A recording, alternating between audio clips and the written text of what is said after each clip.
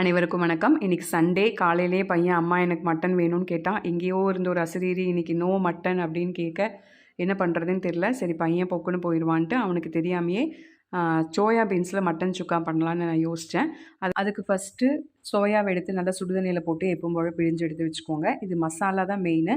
ஜீரகம், மிளகு, கொத்தமல்லி, கருவேப்பிலை, வரமிளகா, 2 ஏலக்காய், பட்டை, கிராம்பு எல்லாமே தேவையான அளவு போட்டு வெறுமனே எண்ணெய் இல்லாமல் வறுத்து பொடி பண்ணி எடுத்து வச்சுக்கோங்க. ஒரு வடைச்சட்டியில் தேங்காய் எண்ணெய் ஊற்றி, தேங்காய் எண்ணெய் போட்டால் கொஞ்சம் டேஸ்ட் வித்தியாசமாக இருக்கும். கொஞ்சமாக சின்ன வெங்காயம், கருவேப்பிலை, லைட்டாக வரமிளகா போட்டுக்கோங்க. ஆல்ரெடி மசாலாவில் இருக்கிறதுனால லைட்டாக போட்டுக்கோங்க.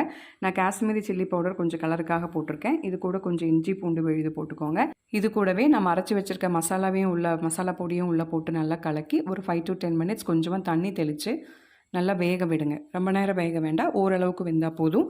வெந்து இறக்கணும் அப்படின்னா சூப்பரான மட்டன் சுக்கா, சோயா சுக்கா ரெடி. இது கொஞ்சம் கொத்தமல்லி தழை போட்டு இறக்குங்க. பையன் சாப்பிட்டுட்டு மட்டன் நல்லா வெந்திருக்குன்னு சொன்னால் அந்தளவுக்கு மட்டனாக சோயாவான்னு தெரியாத அளவுக்கு டேஸ்ட்டு செம்மையாக இருக்கும். ட்ரை பண்ணி பாருங்கள். சாப்பாடு, தோசை, சப்பாத்தி எல்லாத்துக்குமே இந்த டிஷ் ரொம்பவே சூப்பராக இருக்கும். ட்ரை பண்ணி பார்த்துட்டு எப்படி இருக்குதுன்னு கமெண்ட் பண்ணுங்கள். தேங்க்யூ.